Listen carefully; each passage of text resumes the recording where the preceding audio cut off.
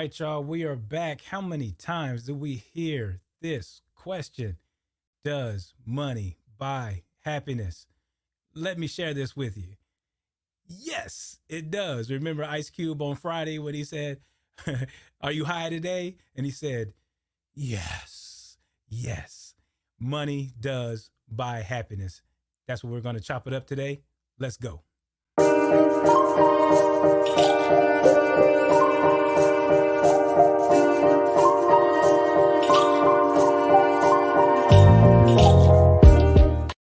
All right, I like that head bobbing music.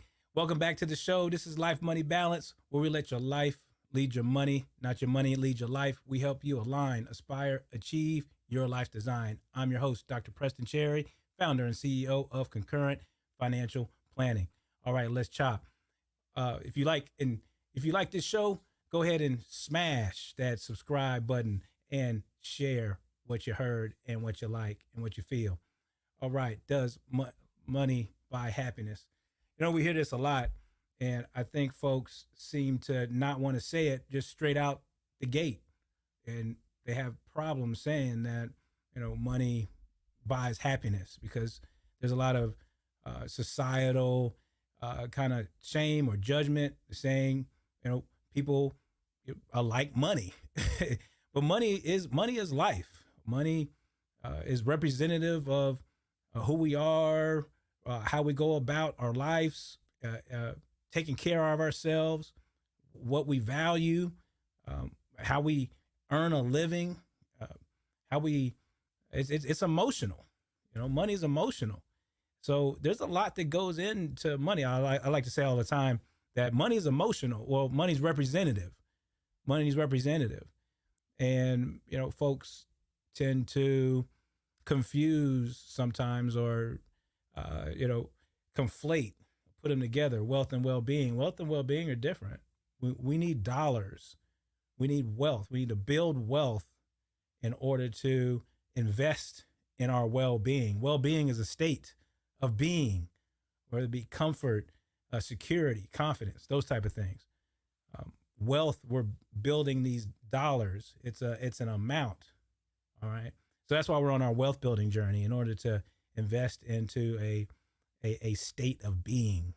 When we talk about what is our enough, what is our security, those type of things. How confident do we feel in our now, in our future, those type of aspects. So when we talk about does money buy happiness, folks are like, no, money doesn't buy happiness. Well, it buys happiness if you've ever been broke. I can tell you that, right? I remember my first car. Actually, my first car was actually pretty chill. It was 1986 Cutlass. I went half and half with my grandfather, and he said, if you save up half, I'll give you the other half. And it started out clean. It was a 2-door setup. It was at an angle, slanted in the front, came in the back, dual pipes of exhaust. I had tires in the back, all that. It was all good. Then a few years later, I got into a wreck. It turned into a hoopty, and then I had to, reach out on the side to open the door and all that. And at the time, my money was short. I was young, right? Now here recently, it was -5 up here in Wisconsin where I am, and my battery went out, and it was like -3, -5, something to that effect. And I got in my car, started it up, didn't start. Well, them batteries ain't cheap, so I went to the auto place. It started up one good time because I gave it a jump, and we got to the place, and I forgot what battery brand name it was, but it was one of them green batteries, and it was I don't know, 250, 260, something like that. Them batteries were expensive, but you know what? Got that joint real quick, popped it in there. I was out, right? I was happy. Not only did I take care of a need, but I was in and out. That event didn't set me back. So I lived in gratitude at that point that I was able to just go in there, handle that business, and keep it moving, right? And so that's a baseline need of non-brokenness, right? Well, we're going to talk about Maslow's triangle a little later, and talking about his needs and also wants, about aspiring.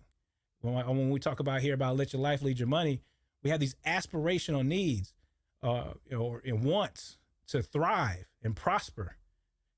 It's just not about the needs that we need to survive, these physiological needs. It's also the wants to thrive. Needs are wants too. I post about that a lot. Needs are wants too, or wants or needs too, as I should say. All right.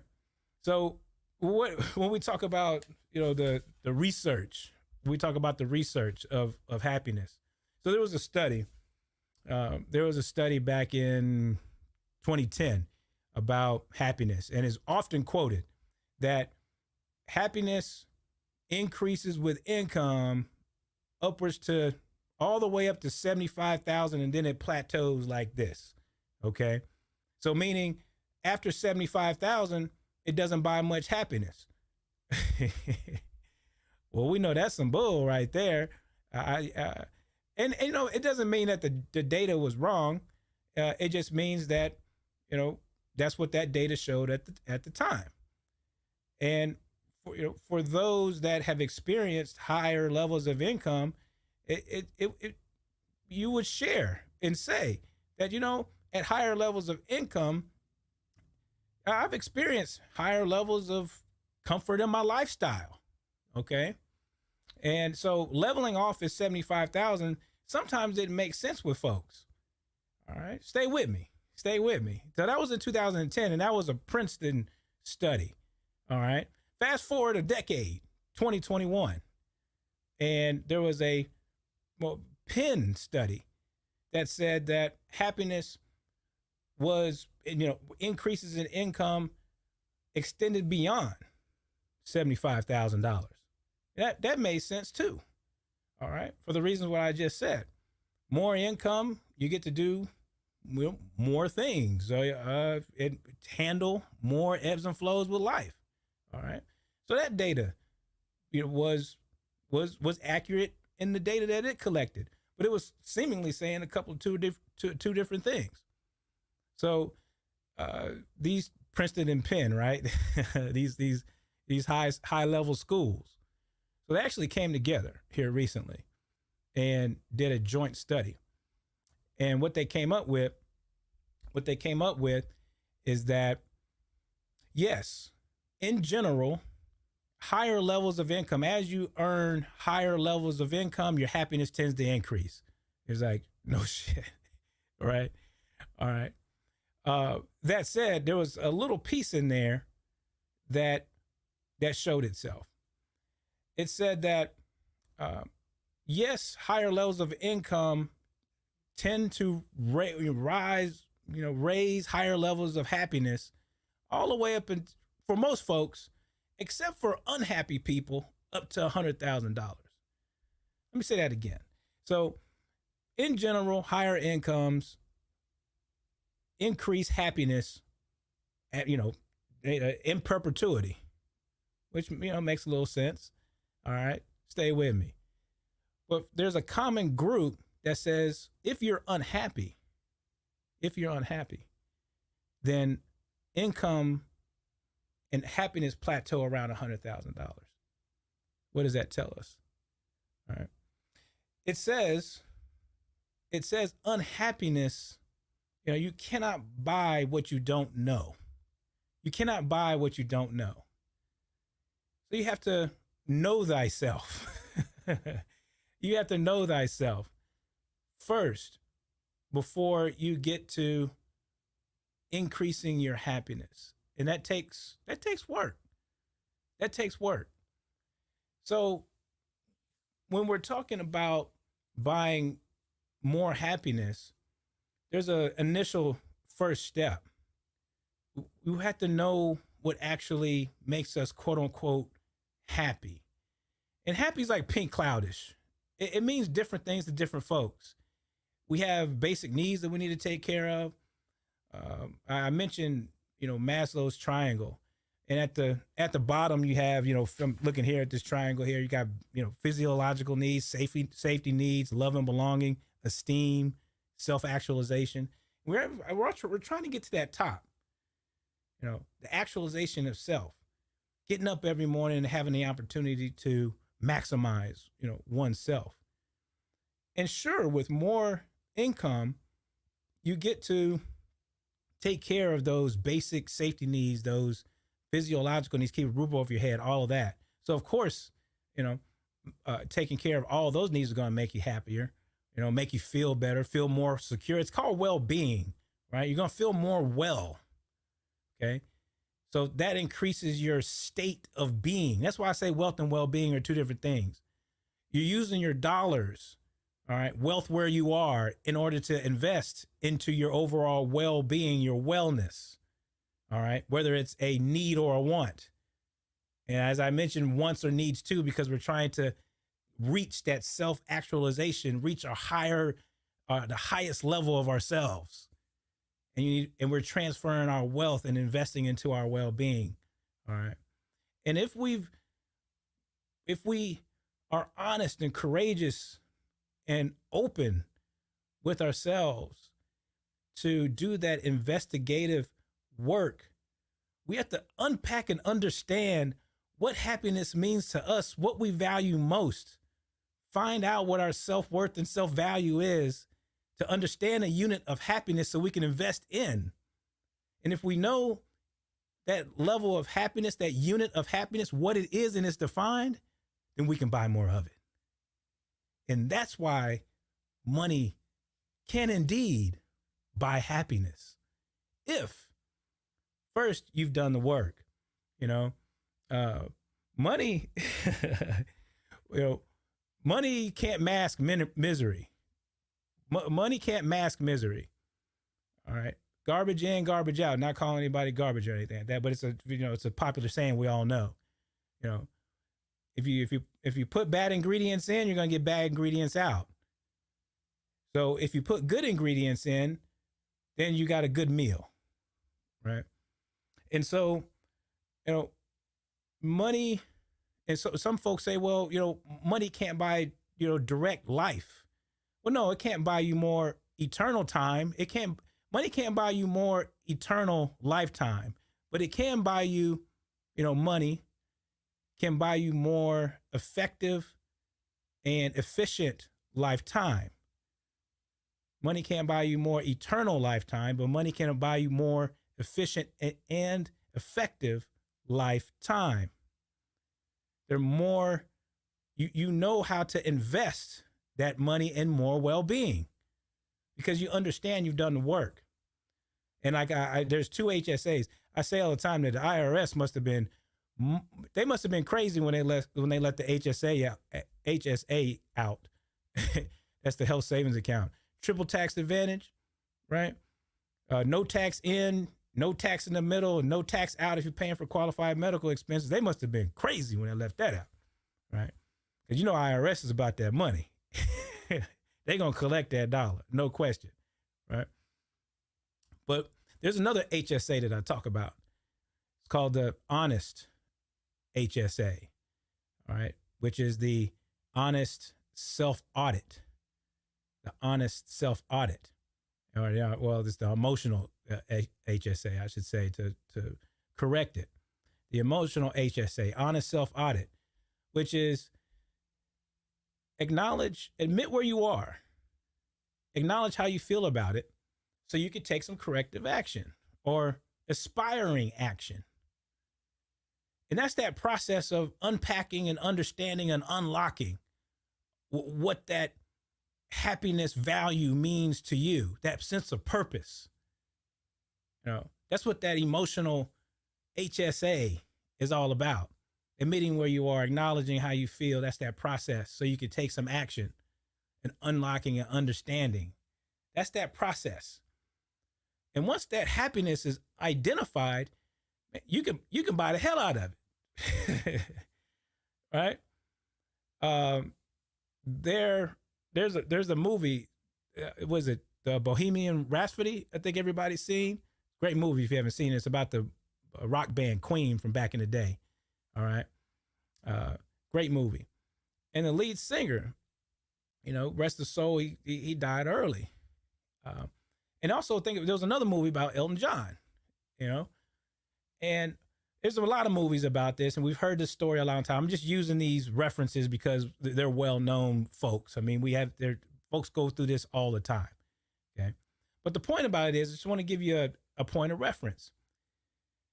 You're just throwing money down a hole if you think money is just going to buy unknown happiness. You're throwing money down a hole if you're buying unknown happiness. If you haven't taken the time to unpack and understand happiness before you purchase it. And in those movies, it was a continual throwing money at trying to purchase, happiness, because it was unknown. Those characters didn't know, what was meaningful to them, except for their art at the time, right?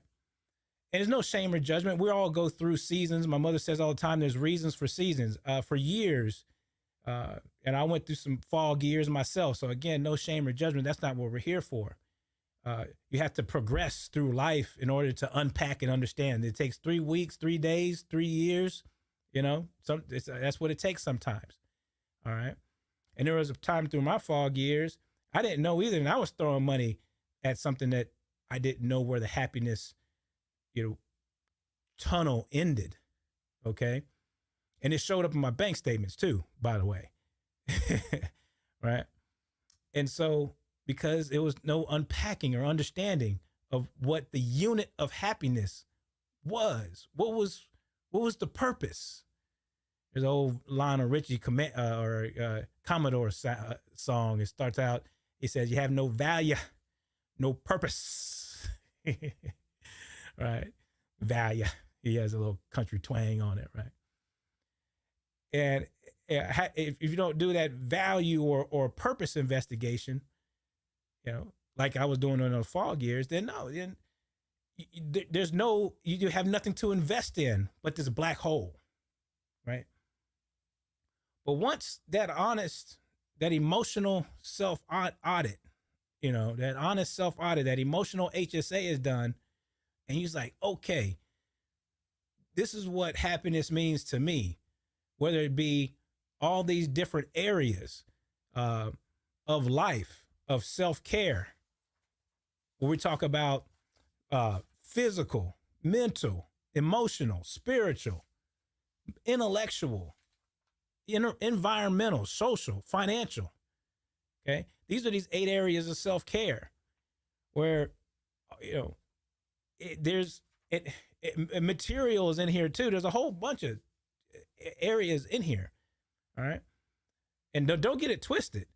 All right. Don't get it twisted. It's okay to buy more lifestyle, more well-being in all of these areas,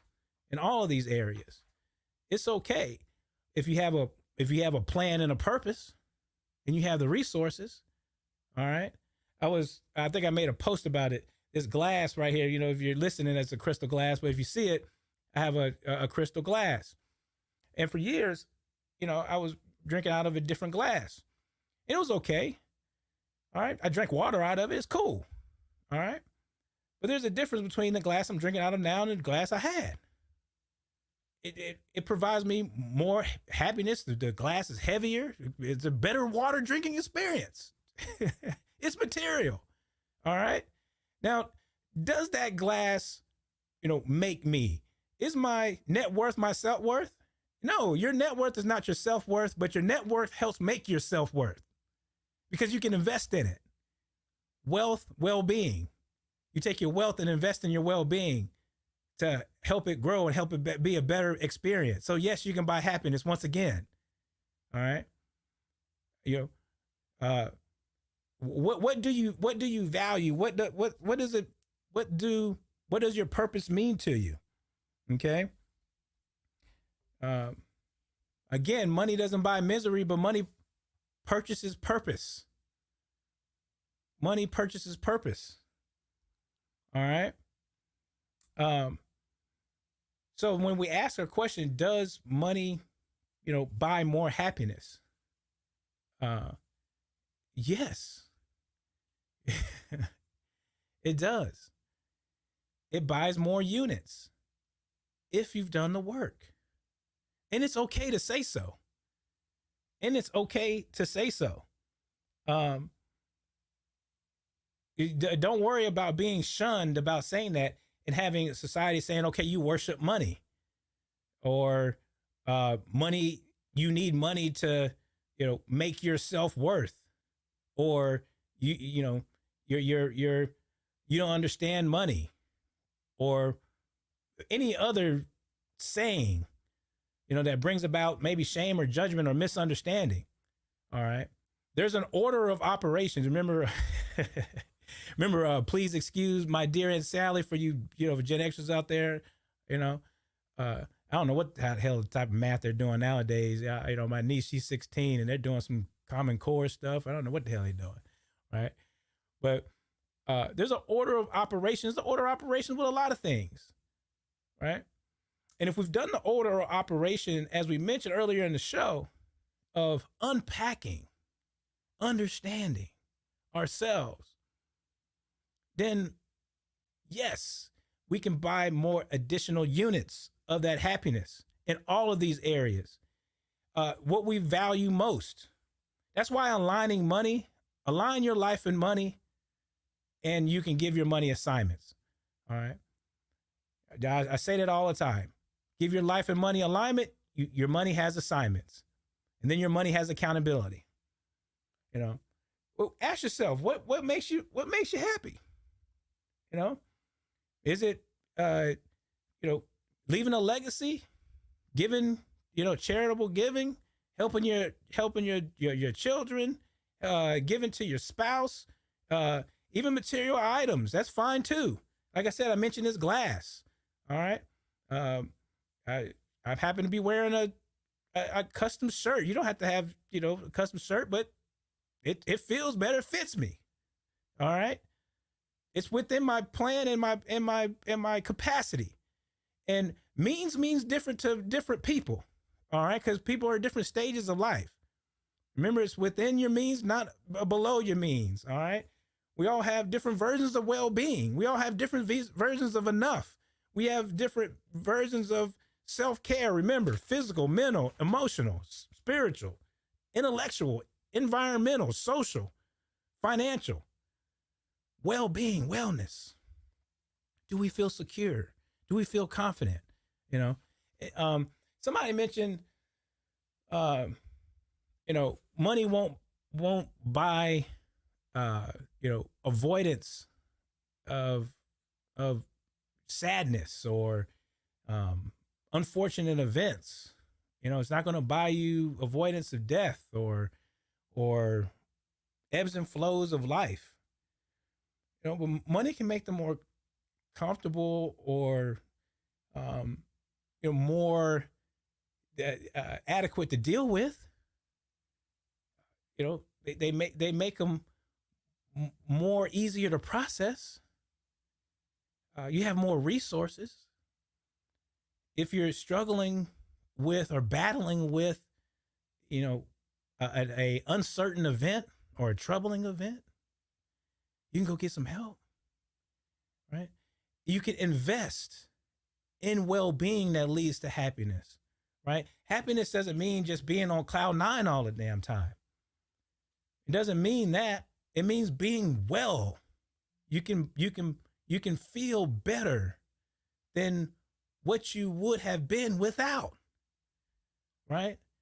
Yes, if someone passes away, you can purchase resources, whether it be, mental well-being, spiritual well-being,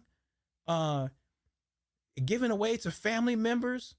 All of that is increasing your level of happiness because you have more resources, wealth to well-being. So yes, you've identified what makes you feel more well. If you need some time off from a business, a job, a family. Maybe an unfortunate event that you split from your spouse, or maybe a child needs some help, with illness or a situation, right?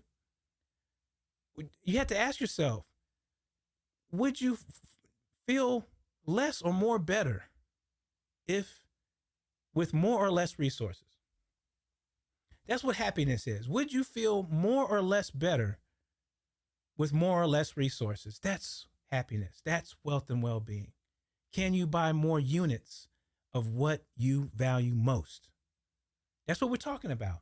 So when we talk about can you buy more happiness? Yes. Can you buy more of what you feel that makes you feel well? Can you buy more time? No, you can't buy more eternal time, but you can buy more effective and efficient lifetime. Time itself, freedom and flexibility. If you are people like to say, oh yeah, well, I can buy experiences. I like to have more experiences. Well, when you're taking that time away from your business, your employment, your household, all of that, where does that time come from? What you purchased that some sort of way by stacking away some cash or some investments in order to buy that trip, buy that time away. Wealth and the well-being. You've unpacked what you value most, which is that experience. You've invested in that. Did that make you happy? Right? Okay. So yes, you can buy more happiness.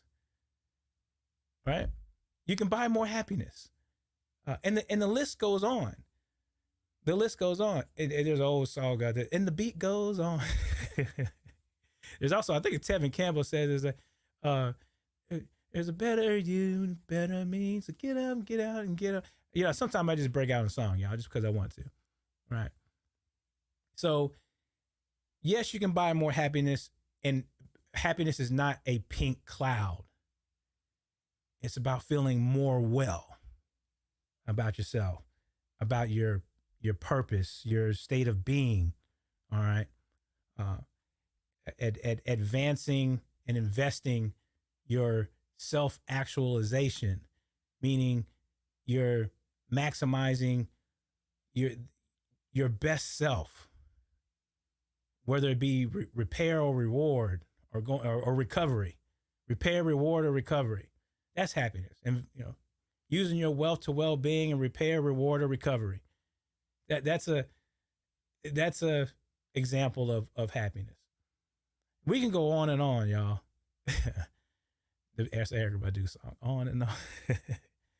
All right. So the research says so. So we reviewed that. We know thyself. Unpack, understand, unlock what happiness means to you. Not always pink cloudish. Find out what matters to you most. And then you can buy more units of that, across these domains of self-care, including material. Because,